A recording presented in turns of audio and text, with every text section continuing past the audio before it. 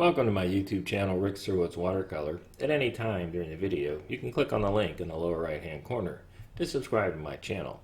If you want to learn more about my videos or my online instruction, you can click on one of the links that appears at the end of the video. Hi, this is Rick. Welcome to my studio, and this is one of my quick studio tips. This one, I have two simple sketches here of a little rural building. And I'm going to talk about boring shadows. So, here we're going to pretend there's a light source coming from here, casting a little bit of a shadow here and a shadow on this side of this little building. And you have some areas you're going inside this barn or whatever it is, and where there could be some dark values. And often, I'll see people painting shadows. And we'll just take this Payne's gray, or it could be a violet, or a blue tone, or a brown tone, earth tone. A lot of times people just make their shadows one-dimensional. Here's just some Payne's gray. It's not a bad color. Mine has a bit of a bluish tint to it, but sometimes people, when they're painting their shadows, they're gonna say, "Well, I've got a shadowed side of a building here, so let's go ahead and paint this a middle value. Bring it to here, and I'm gonna bring this down."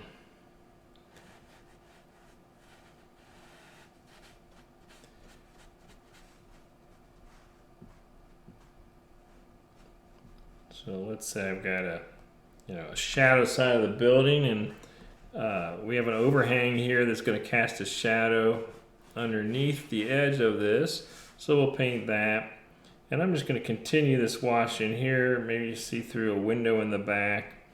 So we have, and there's this board catching a little bit of light that's leaning up in there, and then we're going to go inside here and just say that this is kind of a dark area. And I'll go a little darker in here. And let's say we're putting this wash, let's say we already had some different colors or something on this barn, but I'm gonna hit this with a heat gun real quick and dry this.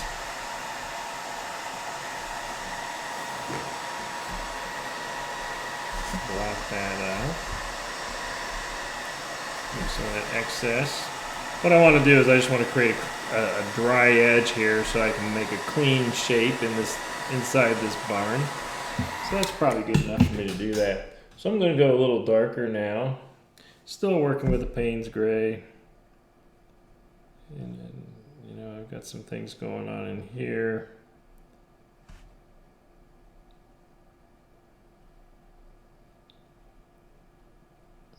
So darker value, and we'll go a little darker in here. We'll leave some of that middle value maybe.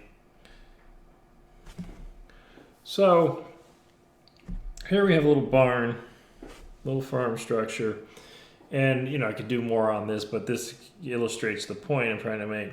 So I've done this with just a flat wash, and it's just one color, one tone.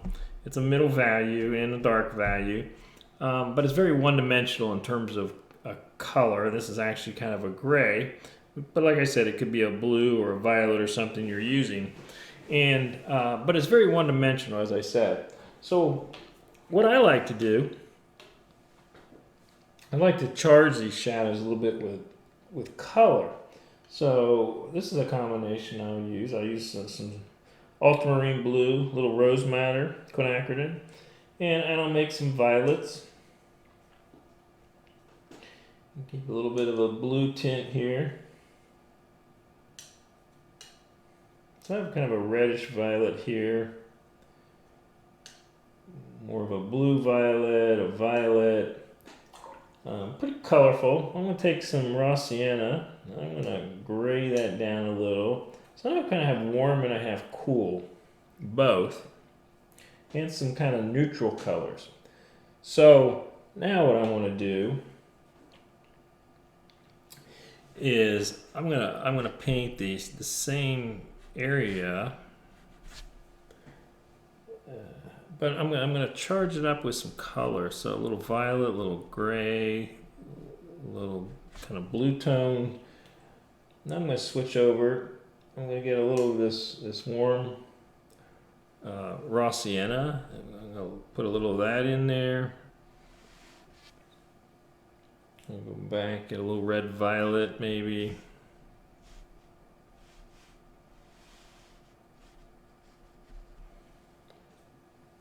More of that.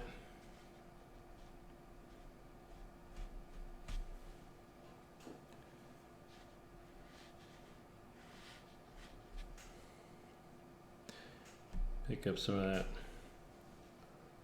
warm tone again. Bring a little of that in here. So let's give me, and these are mixing a little bit, give me some grays too. And I guess I'll just, like I did the other, I'll bring this tone down. Get a little more blue.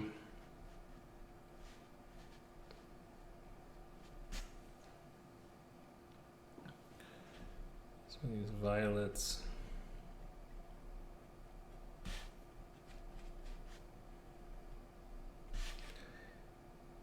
Here, and then we'll go underneath this roof. Apply a little bit of a middle value in here.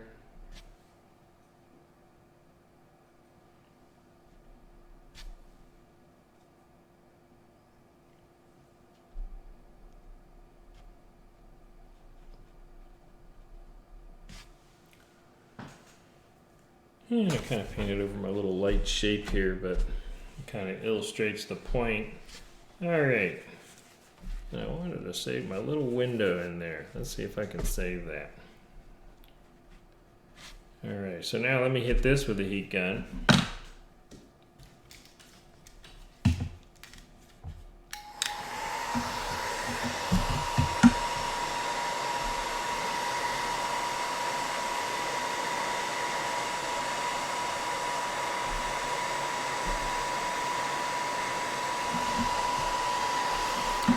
Okay, so that's dry. Now let me take a little darker valued mixture.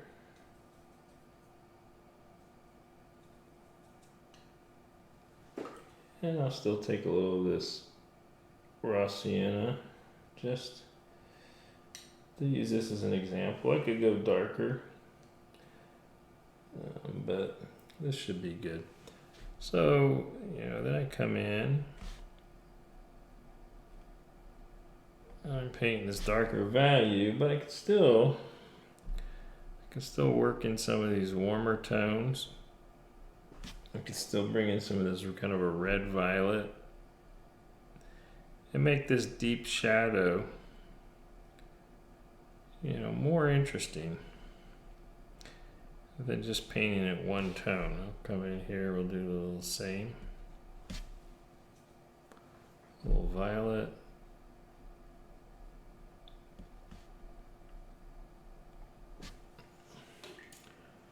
So what I have here is, in my shadows, I have some violets, some red violets. It's grayed down a little bit by the raw sienna.